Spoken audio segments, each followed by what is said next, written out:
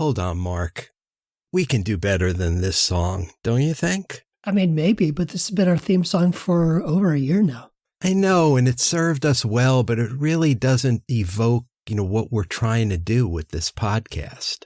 You know what I mean? Maybe. Like, what are you going for? What are you looking for in this? Well, I mean, you and I, we're a couple of sexy guys. Sure. We're doing what sexy guys do, which is mansplaining the world to each other. Oh, yeah. Shouldn't there be a song that captures the essence of what we do? Right. And like maybe something a little bit funky. Sounds perfect. Yeah. Okay, I got an idea. Hold on.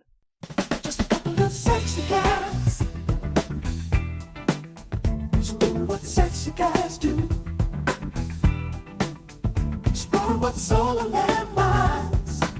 Yeah, not a thing or two, but about a thing or two. About a thing or two. Mansplaining is deciding you're gonna search for the truth. Mansplain me, baby. Mansplain. There can be no taking back but be uncool. Now that's more like it. Yep, because this is Mansplaining, a podcast about the interesting things you can discover if you just take the time to learn. My name's Mark, and I'll be your host for this week. And always I'm joined by Joe, an old friend from college. Together, we'll explore what's on our minds and hopefully figure out a thing or two about a thing or two.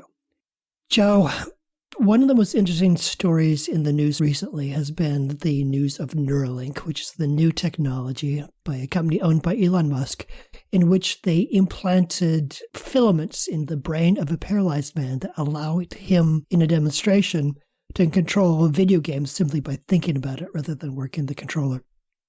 And the news outlets did pick this up as a sort of interesting, oh, by the way story, but it really seemed to fall short of the coverage I expected because the implications of this are so profound, from cures of things like paralysis and blindness to the really out there stuff like Elon Musk talks about of extending human mental capabilities by linking up our brains to computers.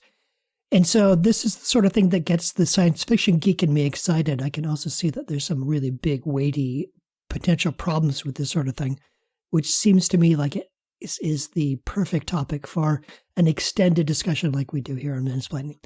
So I set you off on this trail, and I'm looking forward to hearing about this new technology. Yeah, well, another interesting question, Mark, and I completely agree with you that this issue was underreported in the press. I read about it at the time, but it came and went like a flash, and I think it deserves a lot more conversation than that. So I'm glad we're exploring it today. Yeah. So here are my quick answers to the two questions you posed when you teed this up for me last time. I think that brain-computer interface, or BCI technology, is indeed developing rapidly. And the idea that we might be entering an age of human-computer hybrids gives me the heebie-jeebies. But more on that in a minute, because I just want to say that when you mentioned the word Neuralink, I immediately thought of the neural neutralizer device in Star Trek. Do you remember that, Mark? No, that one has escaped my memory, so please refresh it. Okay, I'm sure we watched this episode together many moons ago, but it was a beam technology used by its evil creator to empty people's minds of all thoughts, rendering them unbearably lonely and highly suggestible so they'd believe whatever preposterous lies were fed to them. You will forget all you have heard. To remember any portion of it, any word, will cause you pain, terrible pain, growing more terrible as you fight to remember.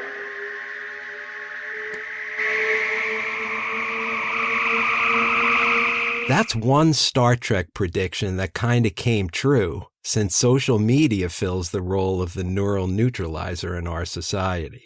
Yeah, we already talked about Elon Musk, but I would think Twitter/X would be the perfect modern counterpart to the neutralizer. Yes. Okay, back to our actual topic. Let me first recap the news story you described in your question for those of our listeners who hadn't seen it when it was first reported in March. Noland Arbaugh is a 29-year-old American who became paralyzed below his shoulders after a freak diving accident, rendering him a quadriplegic. As you said, Elon Musk's neurotechnology startup Neuralink implanted a wireless AI device equipped with 1,024 electrodes into Arbaugh's brain that enabled him to play online chess and other video games on his laptop and move the cursor using only his thoughts. I'm going to post this story to our Facebook page where you can watch a short video showing Arbaugh moving the cursor on his screen. The implant, which Neuralink named telepathy, basically allows folks like Arbaugh to communicate and interface with external devices like phones or computers just by thinking.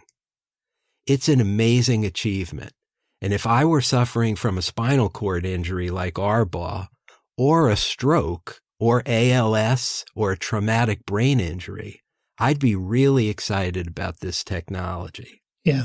There are more than 5 million people living with paralysis in the U.S. alone. Neuralink was launched in 2016, but by 2019 it was already announcing that it had the capability of surgically implanting ultra-fine, flexible threads, thinner than human hair, into our brains using a robot that resembled a sewing machine. The threads would read and transmit neuronal signals from the paralyzed subject's brain to his phone or computer without having to type, tap, or swipe. According to the company's website, Neuralink was founded to, quote, create a generalized brain interface to restore autonomy to those with unmet medical needs today and unlock human potential tomorrow, end quote. So let's put a pin in that last part about human potential, which I'll come back to. Initially, Neuralink's technology is being offered to people like Arbaugh who lost the use of their limbs. It had been testing this technology on rats, pigs, and monkeys for years prior to receiving clearance last year to start clinical trials on humans. The company projects that its brain implant procedure will someday be as non-invasive as LASIK eye surgery, which is hard to fathom since it currently involves drilling into the skull and penetrating the brain so that the electrodes are in close proximity to the brain's neurons. Yeah, that pretty much seems to me like the dictionary definition of invasive. So maybe they're imagining something different in the future. Yes, I'd like to hear about how they're going to pull off a non-invasive version of that. But anyway, it's just the beginning of the medical applications envisioned by Musk and his co-founders. Among other things, Neuralink has a product in its development pipeline called Blind Sight that will, according to Musk, help to restore eyesight. Needless to say, Neuralink is an immensely profitable company valued at $5 billion last June, and that's before Arbaugh's successful implant. The Noland Arbaugh case was rightly hailed as a significant milestone by the BCI community, and according to one report, it established Neuralink as, quote, the most advanced version of the most ambitious type of implant in which sensors actually contact the brain, end quote. That said, Elon Musk is not the first person to dream about using technology to improve humanity, nor is Neuralink the pioneer of BCIs. It is but one of several private companies competing to capture the market, and it wasn't even the first one to implant a device in a human patient. I was surprised to learn that the term brain-computer interface was coined by UCLA's Jacques Vidal in 1973, more than 50 years ago, and the first neuroprosthetic devices appeared in the mid-1990s. In 2004, a British artist named Neil Harbison had an antenna implanted in his head that, by sensing vibrations in his skull, extended his perception of colors beyond the human visual spectrum. Harbison is now an advocate for the rights of cyborgs and he started a group called the Trans-Species Society in 2017. I'm going to post to our Facebook page a photo of him with his implanted antenna, which looks like a tiny webcam.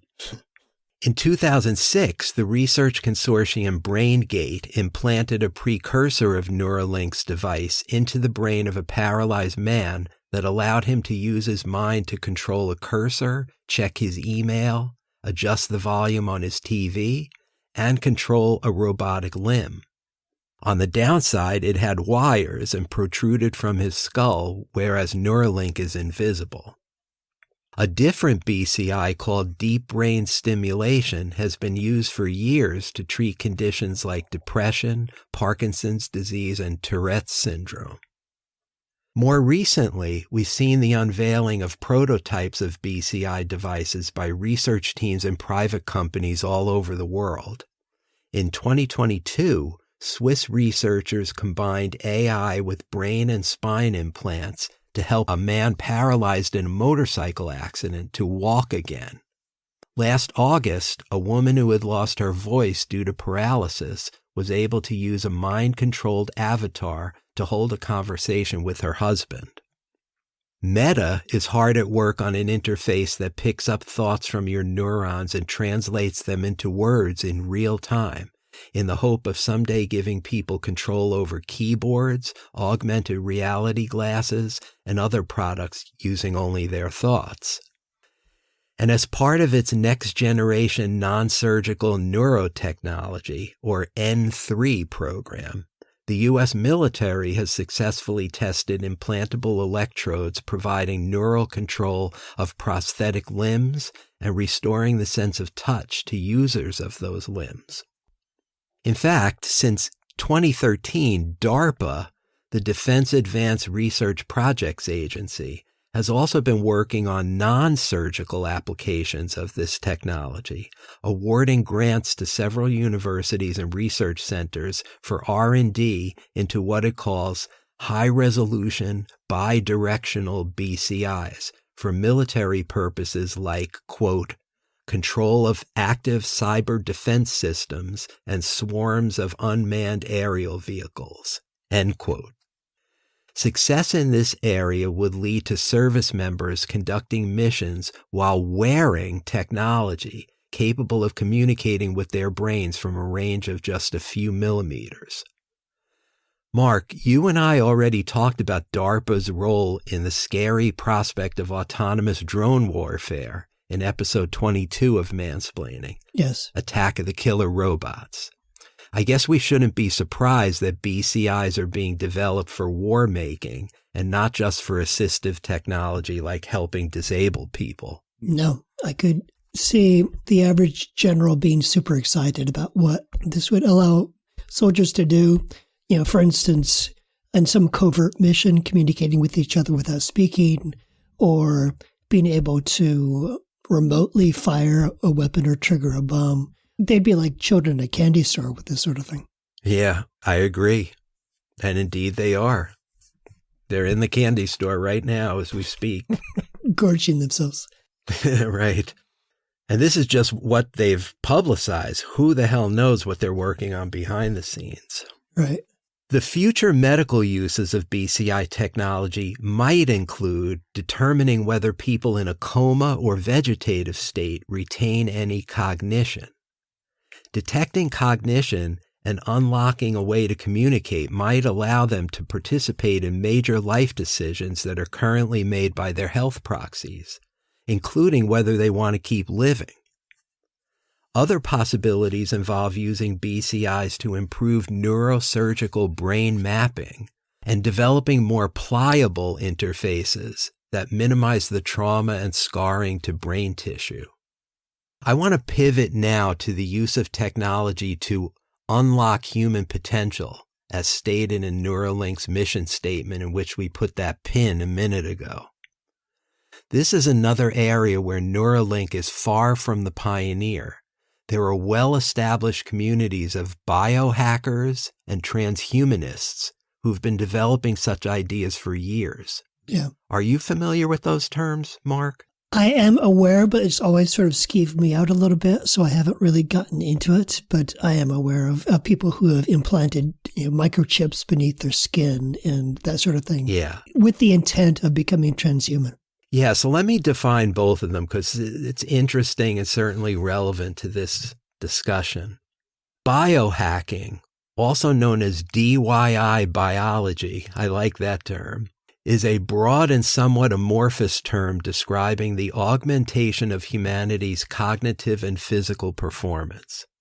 The philosophy underlying biohacking, if it can be called that, is that people don't need to accept their body's shortcomings and can engineer both high-tech and low-tech ways around them right now without having to wait years for the randomized, double-blind, placebo-controlled clinical trials that are the medical establishment's usual way of addressing such problems. Yeah.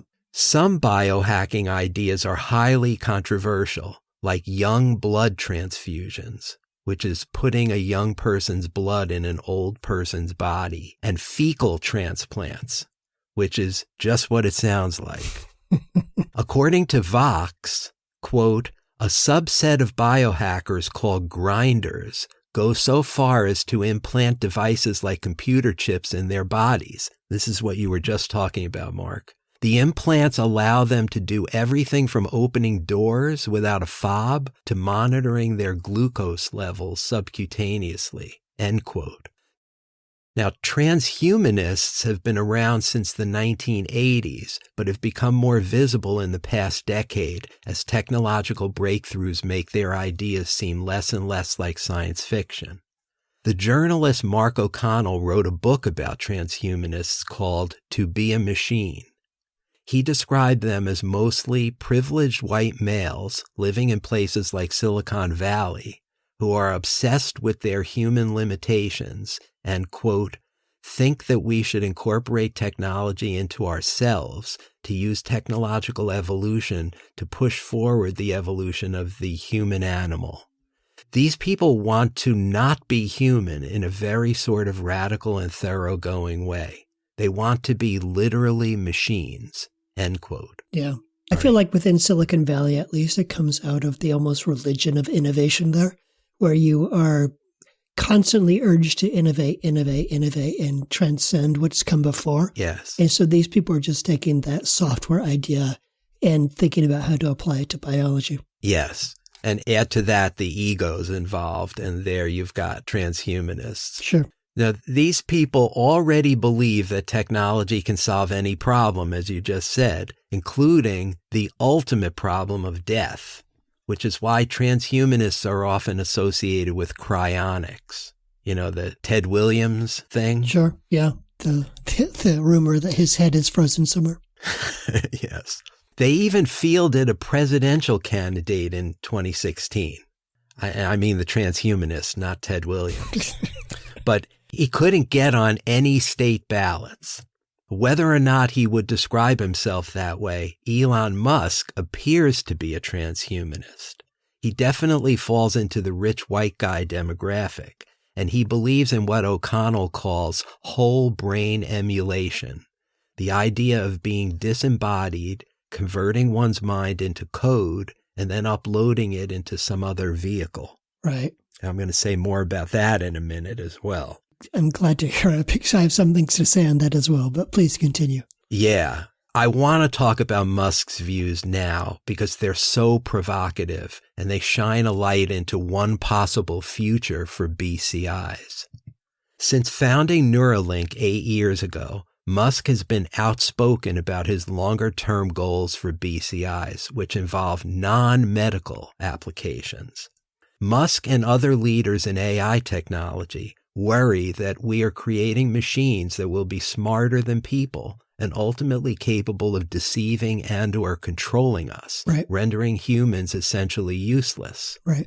Musk cites what he calls output capacity as an example. While the human visual cortex can take in lots of data quickly, our ability to spit out data is woefully slow.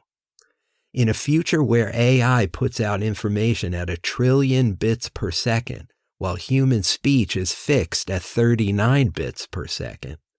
The fear is that AI-enabled machines will leave us in the dust. As Musk and his peers see it, thinking and communicating at a much higher bandwidth is essential, and his goal for Neuralink is, quote, improving human to AI and human to human bandwidth by several orders of magnitude, end quote. At the World Government Summit in Dubai in 2017, Musk said, quote, over time, I think we will probably see a closer merger of biological intelligence and digital intelligence. Some high bandwidth interface to the brain will be something that helps achieve a symbiosis between human and machine intelligence, end quote. In 2020, he speculated about the technology's long-term prospects in a way that sounds to me like an episode of Black Mirror. Quote, you could basically store your memories as a backup and restore the memories. Then ultimately you could potentially download them into a new body or into a robot body, end quote. In his view, uploading one's mind into a robot might be one way for humans to keep up with machines and fend off or at least delay the civilizational risk posed by AI that you referenced in your question. Musk sees this as the gradual, inevitable evolution of the rudimentary computer memory we have today. It's increasingly clear that these fanciful ideas are baked into the strategic vision of companies like Neuralink. So he thinks that we can overcome the machines' takeovers by becoming machines ourselves? Or at least mitigate it somewhat. Give ourselves a stay of execution, so to speak. Yeah. With minds like steel traps, more than joy here to discern. The interesting things you can discover if you just take the time to learn. And it's a calling and they do it for you. Explain me, baby. Explain. It's a calling that you don't do it too. I have to say, the idea of uploading your consciousness to a machine just seems to have a fundamental flaw to it, which is that is not going to be your consciousness. That is going to be an approximation, a copy, a simulation of yourself. Your sense of self will not be in that machine. That would just be a machine entity that, if it's perfectly designed, will act and communicate in the style that you would, but it is not you. And I have more than once run into people who think that, oh yeah, I'll just upload myself into a machine and then I'll live forever. But that's not you. This reminds me of the essay I wrote when I was applying to the University of Chicago. And you know how they would have you write an essay on this topic? Yeah. And the topic was, if I'm recalling correctly, if there was some device that could beam you into a spaceship, but instead of moving you physically, it just made a copy of you. Is that you in the spaceship? And my answer is no. That's essentially your twin. It is not you. And so I feel like Elon Musk, as accomplished as he is making a pretty fundamental logical error here. Am I missing something, or do you see it that way too? Oh, this is way above my pay grade, so I am hesitant to even weigh in on this. The one thing I will say, though, is doesn't it depend on how the coding goes of the brain? Like, can we code the brain in such a granular way that it preserves or recapitulates consciousness, and not just the simulation, but the consciousness is there too, because that's where consciousness comes from. Yeah. The brain, right? So if you could code it sufficiently carefully, precisely, then maybe it's possible. I'm just guessing. That would presume that your consciousness will come to exist within any state of being that is close enough to your brain's state of being. Yeah. Which is an interesting notion. I do think it still poses the question whether or not that would just be a twin consciousness. But since consciousness itself is this mystery that no philosopher or scientist has been able to define. It seems to me like if that's Neuralink's aim, they better have a lot of funding because it's going to take many, many years for them to arrive at that destination. Probably eons, not years. Yeah. But yeah, I mean, this is the brain in a vat, right? Except it's in a robot and not a vat. But it's what people have been talking about for many, many moons. Yeah. Musk portrays his private company's ambitious BCI program as a step in humanity's eternal quest for perfectibility. But philosophers and technology writers have raised pointed questions about it. For one thing, would the melding of biology and technology result in the co-evolution of both or the domination of biology by technology? Mm-hmm. If we use AI to merge humans with computers, are we artificializing humans or humanizing computers or both? And how can you imagine that augmenting biology with technology would not in some way fundamentally alter the biology in the process? Sure. Yeah. And then here's another question. Will the undoubtedly high cost of neurotechnology turn it into a niche product only affordable by the richest among us? Almost certainly. Yeah, if we can't find affordable housing, we are certainly not going to find affordable Neuralinks. Yes. And of course, there's the ever-present profit motive. As the philosophy professor Eric Forneratis put it, Musk's techno-utopian ideas about someday placing our human consciousness inside non-human vessels teases us with the prospect of immortality, but, quote, if the idea of immortality were not so lucrative, would Musk still want to develop a brain-computer interface to upload our mind into a robotic body? End quote. Probably not our mind. His mind, yes. Our mind, no, probably not. Yeah. Siegel Samuel, writing for Vox, articulated some of the most cogent criticism of Musk's plans and BCIs generally. She thinks Neuralink's assistive technology for paralyzed people is a Trojan horse of sorts, giving the company the legitimacy it needs to pursue its real goal, which is symbiosis with AI. Samuel argues that Musk's pursuit of this goal has already led to a cascade of negative side effects, informed largely by Musk's contrarian view that the medical establishment and federal regulatory bodies were not partners to be collaborated with, but obstacles to be overcome. The move fast and break things ethos of Silicon Valley might pass muster when you're testing rockets or electric vehicles, but a higher standard is called for when you're testing on humans and animals.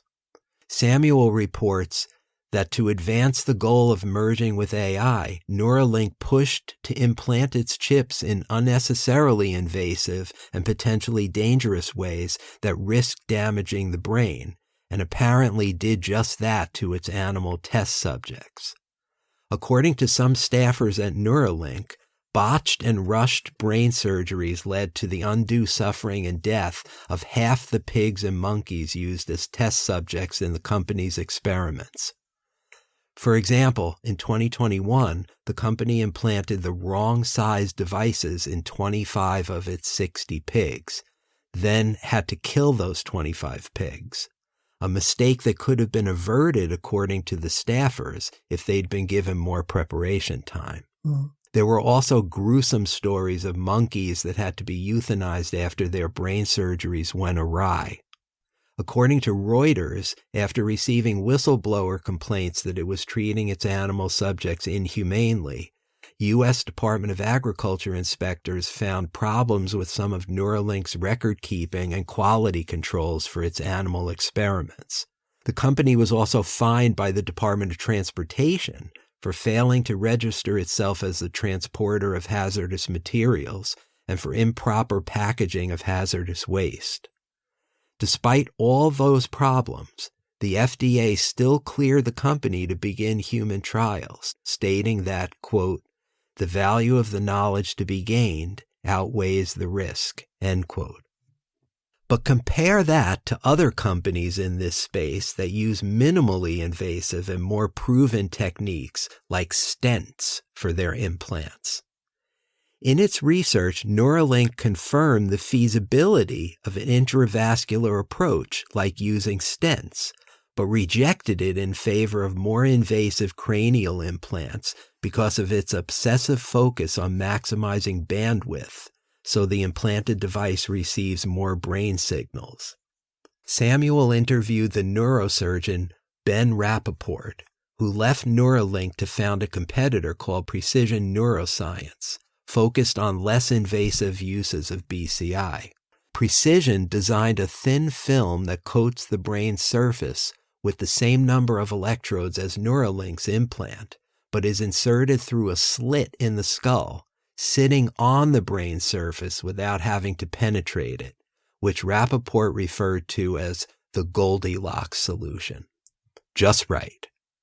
He pointed out that anytime you penetrate the brain to implant electrodes, scar tissue builds up around them and damages the brain tissue, which, given the success of less invasive alternatives, is unnecessary to achieve the goal of restoring, quote, speech and motor function to patients with stroke and spinal cord injury.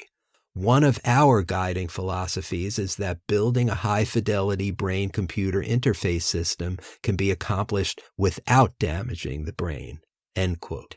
Samuel also points to the inherent ethical risks when companies implant devices into our brains that can decipher what's happening in our minds.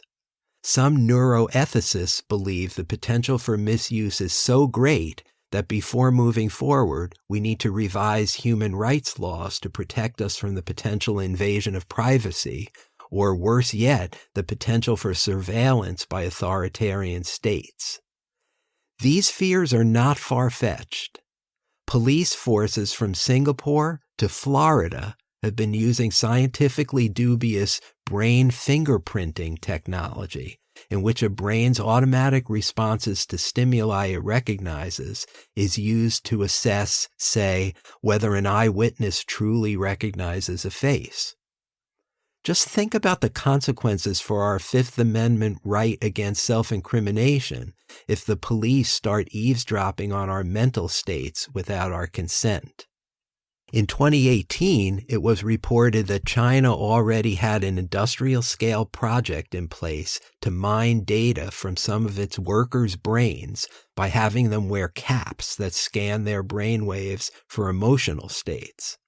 More recently, the Chinese government and a few private companies in the U.S. have made progress with the same electrode filament BCI technology used by Neuralink, not to improve the lives of paralyzed people, but rather to augment cognitive capabilities like sleep and memory regulation and attention modulation.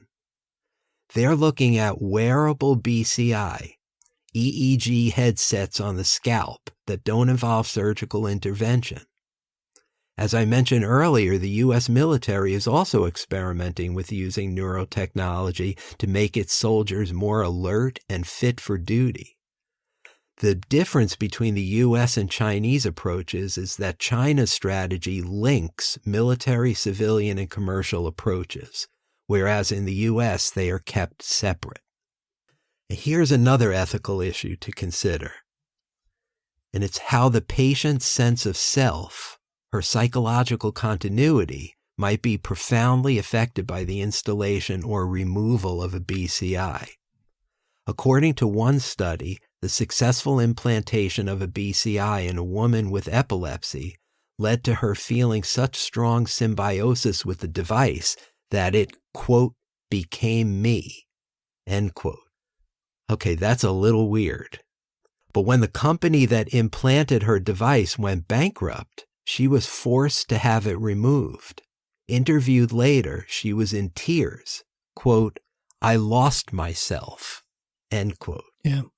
I could definitely see a scenario in which, a patient who receives an implant to give them the ability to see might come to feel like those are his or her eyes.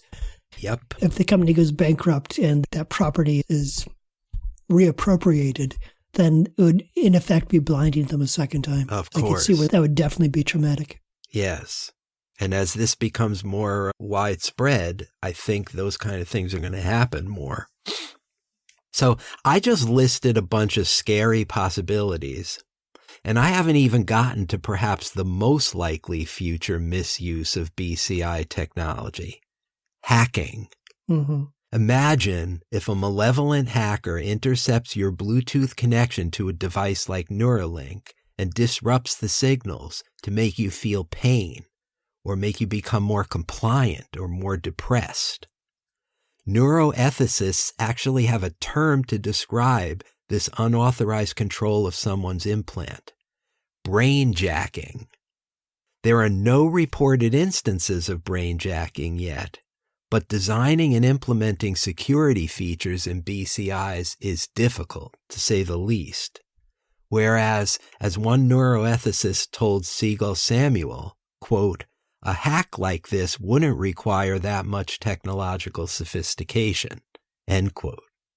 So there you have it, Mark. I've outlined the good and the bad that awaits the brain-computer interface. But I want to finish with this. In an interview at Code Conference in 2016, Elon Musk spoke about the big picture as he saw it. He said, humans are already cyborgs in the sense that we have digital versions, our online selves, tethered to supercomputers like our phones and laptops, with apps that give us superpowers like video conferencing and instant messaging to millions of people that the President of the United States didn't have as recently as the 1990s. Anybody with a pacemaker or cochlear implants is also arguably a cyborg. Implicit in his message was, why all the worry about the BCIs to come? Human-computer hybrids are already here. And you know what? It's a fair point. But in thinking about why this subject gives me the aforementioned heebie-jeebies, I kept coming back to something Mark O'Connell said about humanity after hanging out with all those biohackers and transhumanists while researching his book. And I quote, "To me, what it means to be human is inextricably bound with the condition of being frail and weak and loving other people for their frailty and weakness," end quote. That resonated with me. How about you? On the one hand, I can appreciate the spirit. On the other hand, the first thing that came to mind when he was talking about human frailty is that there's another form of frailty, which is susceptibility to disease. And I am not nostalgic for the time when human frailty included seasonal bouts of polio or smallpox or whooping cough. We allowed science to free us of those things and celebrated it. And so I wouldn't say that frailty is at our essence, not all types of frailty at any rate. Right. That's a fair point. But I think I'm implementing that quote to push back against the symbiosis with AI envisioned by some people like Musk. Not about the cure for blindness or the ability for a paralyzed person to play video games. Mm-hmm. Of course, that's wonderful. And the joy in the guy's face in the video tells you all you need to know about that, right? It's this more ambitious, more egotistical drive for symbiosis with AI that I'm suspicious of. And that's where I feel like Mark O'Connell's frailty comment is more apropos. Yeah. I feel like what Musk is aiming for with Neuralink is probably going to fail. It's overly ambitious. At least within his lifespan, he's not going to be merged into a machine. I don't think that that's going to happen. What I do think is going to happen is that in more subtle ways, the boundaries between human and machine are going to be blurred with things like glasses that include augmented reality or earbuds where an AI whispers to us. Because we can already see that happening. We all carry supercomputers around in our pockets, which 30 years ago would have seemed like an absolute impossibility, and yet here it is. Right. And virtual reality is becoming a more common phenomenon, which 40 years ago would have been science fiction, and today it's something that you can buy for less than $300. And so I think probably the human-machine distinction is going to get more and more blurry over time, but it's not going to be by some big dramatic fusion of human and machine.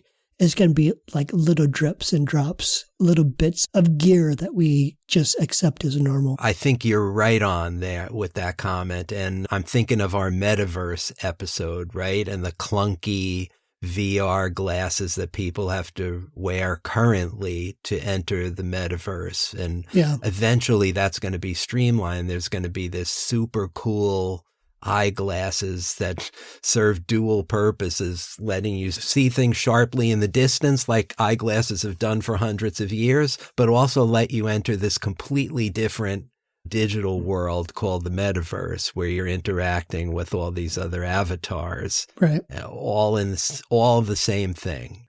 I think that's coming. That's inevitable. Yeah. A while back, I went to an Apple store to try out a Vision Pro demo, and I did not buy the product because I don't think it's quite ready yet.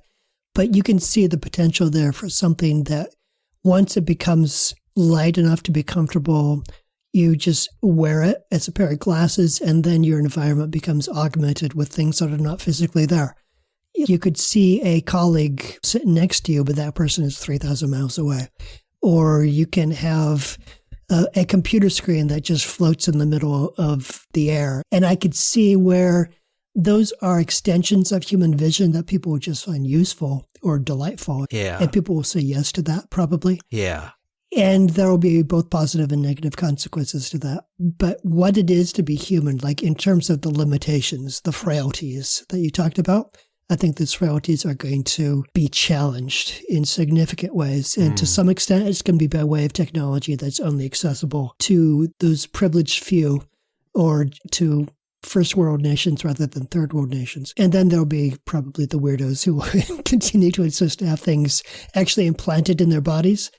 But what always struck me about the transhuman thing is that if you get a piece of machinery embedded in your body, 2 years later, it's obsolete, and you have to have it taken out of your body to get a new version in. Right. If software goes obsolete, you download a new version, in 15 minutes, you're ready to go. So I feel like we are probably going to see a lot more advancement within this framework along things that are software-based rather than hardware-based, despite what Elon Musk has in mind. Yeah, right. I can't replace my garage door opener because then I'd have to replace the chip inside my head that opens it through my thoughts. Yeah. I really wanted to, before we go, like sound you out on the whole cyborg thing, you know, uploading your mind or your consciousness to some robot body. I mean, you've already said that it's unlikely to happen anytime soon, but I go farther than that. I just think it's a ridiculous, preposterous thing to even contemplate, and it's just indicative of the egomania of the people who are promoting it. And I wonder what you think about that. I think it is a non-solution. I think that the people who imagine uploading their consciousness are thinking of that as a way of extending their capabilities and also overcoming death. And I don't think it does either one of those, because I do firmly believe that the thing that is you is resident in your body and will remain resident in your body. And you can make copies of yourself and float that as an AI that acts independently, but there are better ways of designing AI than coming up with replicas of human cognition. Right. So I see it as something that does not solve any important problem. Yeah, I think that's about right. Well, thank you for that. Very interesting conversation. And I imagine that now you have an equally interesting question for me. I do. I hope you find it equally interesting. We toggle between Mark's interests and Joe's interests, so we're back to Joe's interests now. So one of the right's perennial bugaboos is crime, as we all know, which they say is out of control whenever there's a Democrat in office, and conveniently, it's a non-issue when one of their own is in charge. These days, right-wingers like to blame the so-called spike in crime that they claim is happening right now on the adoption by several jurisdictions with liberal prosecutors of bail reform laws. which can be loosely defined as changes to the criminal legal system to reduce unnecessary pretrial detention, especially for nonviolent offenses. As the thinking goes, not putting all those criminals behind bars pending trial only gives them opportunities to commit more crime. Sure. But is this true? Have bail reform laws led to more crime? Okay. Yeah, that does sound like a Joe question. And over the course of more than 70 episodes, I feel like I've gotten pretty good at answering Joe questions. So I would dive into that one and see what I find. It seems like the answer to this one will be pretty cut and dried, but I don't know the answer offhand, so I'm anxious to hear what you find. Okay. Yeah, perhaps next episode will be, the answer is no. That's it for this week. Where our theme music is longer than the body of the episode. We should try that sometime. Yes, but the theme music is now funky, so people might prefer that to listening to us talk. That's right. Okay, well, it sounds like that is going to be a wrap on this week's episode. If you have any thoughts or comments, questions about this episode, you can find us on Facebook at Mansplaining the Podcast, where Joe will be posting all of his sources, so you can follow up on those things. And you can join the conversation, or you can even post a question for a future episode. If you would like other people to discover this podcast, and if you've already told your friends and family, and not told them just once, because studies show that you have to tell someone something 5 to 7 times for them to remember it. So ask yourself, have you told your friends and family 5 to 7 times about mansplaining? I think probably not. But if you have, if you're ahead of the game, then the other way that you can help promote this podcast is to find us on Apple Podcasts or on Google Play or on Spotify or on Amazon. We are on all of the major platforms. Find us, give us a review, give us a rating, talk about what you love about mansplaining. And that's probably going to keep you busy for the next couple of weeks, promoting us, spreading the word, finding new listeners for us. I would think so, yes. While you're doing that, we'll be working on our stuff. I'll be researching the next topic. We will see you when we're ready to talk about that next thing. In the meantime, I'm Mark. That was Joe. And thanks for spending some time with us. We'll talk to you next time. Mansplaining is brought to you by Joe and Mark and nobody else. Music composed and performed by the Mansplaining House Band. Thank you for spending your time with us, and we'll see you next time.